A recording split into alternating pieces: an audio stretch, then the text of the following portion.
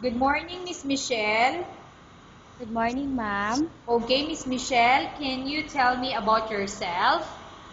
Yes, ma'am. I am Michelle Valdesco. I am living at Gihingagunoy, Davao del Sur. I am 27 years old and I am a single mother. Okay, I have few questions for you to answer. So let's start. Why do you want to work as a maid? I want to work as a maid, ma'am, so that my skills will be enhanced more and I want to learn uh, much more skills. Okay. Why you choose Malaysia when there is a lot of other country?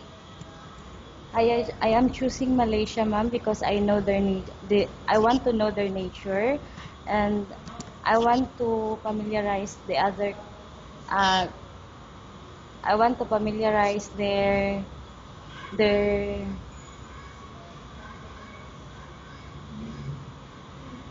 Go ahead, Miss Michelle. You want to familiarize their culture, something like that? Yes, ma'am. Okay. How are you qualified for this job? I am qualified because I am a hard-working person, ma'am. May I know what is your education level is?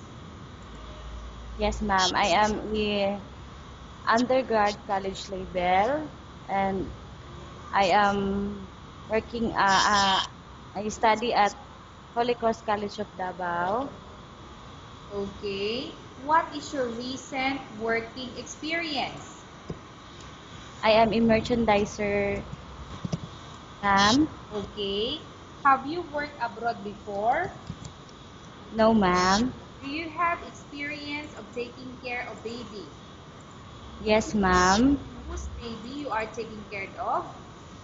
My own child. How about elder or older people? Do you have experience? Yes, ma'am. May I know whose elder or older people you are taking care of if you have the experience? Yes, ma'am. My past employer, she is a. Yeah, go ahead. Is she bedridden, or how would you describe your older or your elder, the elder that you take care before? She is a milestone patient, ma'am. Mm-hmm. And how old is she when you take care of her, this woman? She is 85 years old, Okay. Do you have ma'am. any other special skills? Yes, ma'am. May I know what special skills do you have? Yes, ma'am. Cleaning, ironing, washing, take care, take care, take care of an oldest or a baby. Okay. Willing to learn new skills. Come again, ma'am. Okay, Miss Michelle, are you willing Yes, to learn new skills? yes, ma'am. Are you willing to work with a family where the mother-in-law or any relatives stay together? Yes, ma'am. Currently, are you still working now? Yes, ma'am. I am connected at the Jeron Group Merchant INC Incorporated as a merchandiser. Okay. Do you know how to cook? Yes, ma'am. What sort of food can you cook? Filipino food. Okay. Can you tell me what are those Filipino food that you can cook? Yes, ma'am. Uh, Vegetables. Uh, Okay, so only vegetables you can cook. Aside from vegetables, do you know something different? uh, Nothing more, ma'am. Okay, so only vegetables you can cook. Yes, ma'am. Are you aware that you will have to do washing, cleaning, ironing, and cooking? Yes, ma'am. Okay. From all the house chores like cooking, cleaning, ironing, and washing, which do you like most?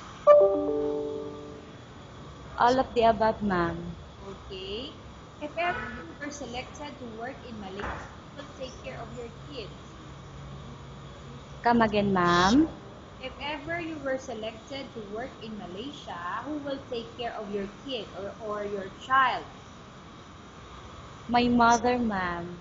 You are not allowed to use handphone or cell phone during working hours. Okay, ma'am. You are only allowed to use handphone or cell phone after you finish all the works and when going to bed. Okay, ma'am. You are strictly needed to surrender the handphone to your employer in the morning and your employer will return back to you once you're going to bed. Okay, ma'am. If ever your employer finds out that you're abusing your handphone and it's affected your work performance, your employer will confiscate your handphone and you're not allowed to hold it anymore. Instead, your employer will allow you to call to your family 3 times in a month. You're only allowed to bring normal phone and you're not allowed to bring smartphone. Are you agreed for the terms and condition? Yes, ma'am. Are you I agree. agreed to the rules and regulation for the handphone? Yes, ma'am. How many years is the contract as you agreed and understand? 2 years contract, ma'am. Can you describe for me your ethics or your attitude? Come again, ma'am. Okay, Miss Michelle, can you describe for me your ethics or your attitude? Yes, ma'am. I am simple and I am a hardworking and Okay, so you are hardworking and simple. yes, ma'am. About how can we assure to us that you will work hard in Malaysia? Based in my experience, ma'am, uh, I am a 5 years work as I connected of my company as a present. I want to show you more, and I want to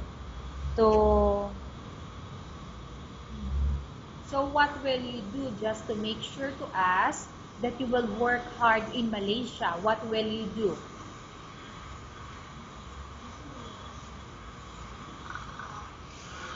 ma'am, come again. Okay? So, as what I've asked a while ago, what would be Yes, the ma'am. chance that you are going to work hard in Malaysia? What will you do, Michelle?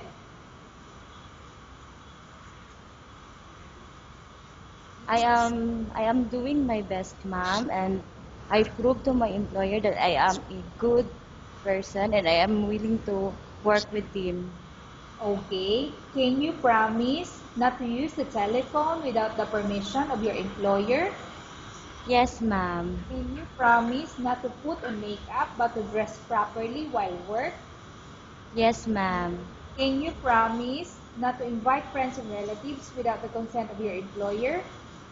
Yes, ma'am. Can you promise not to ask for advance salary from your employer under any circumstances?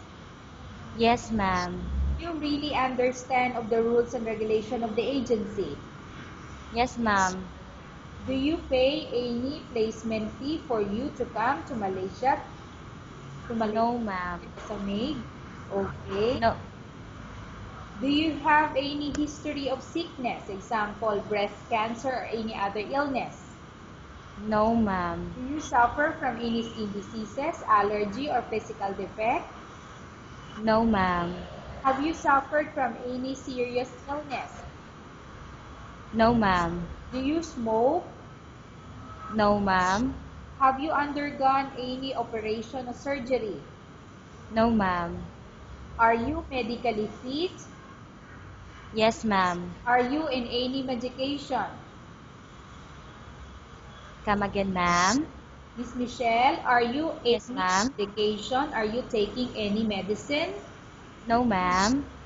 Are you allergic with any food? No, ma'am. Are you prepared to work for the employer of any race? Come again, ma'am. Okay, Miss Michelle, are you Yes, ma'am. prepared to work for the employer of any race? Yes, ma'am. Are you prepared to eat the type of food taken by your employer? Yes, ma'am. Are you afraid of being left alone in the house? No, ma'am. Are you afraid of dogs or other pets? No, ma'am. Can you promise to work according to instruction from your employer? Yes, ma'am. Do you have any immediate family working in Malaysia? No, ma'am. Okay, Miss Michelle, we have finished our question section. Let's go to case study. I have a case study for you and I want you to answer me truthfully. Upon Yes, ma'am. arrival in Malaysia within 6 months, if ever Yes, any of your family members pass away, what will you do? Will you continue to work till finish your contract or you will go back? I will continue to work, ma'am, to finish my contract. Tell us about yourself and why do you want to work in Malaysia as domestic helper? Come again, ma'am. Okay, Miss Michelle, tell us about yourself and why do you want to work in Malaysia as domestic helper? Okay, ma'am. Uh, I am Michelle Valdesco. I am a hardworking. I am a simple person, and I am kind, and I am a family oriented. And I want to go Malaysia because I want to help my family, and I want to provide their financial status. And even though my child, I want to uh,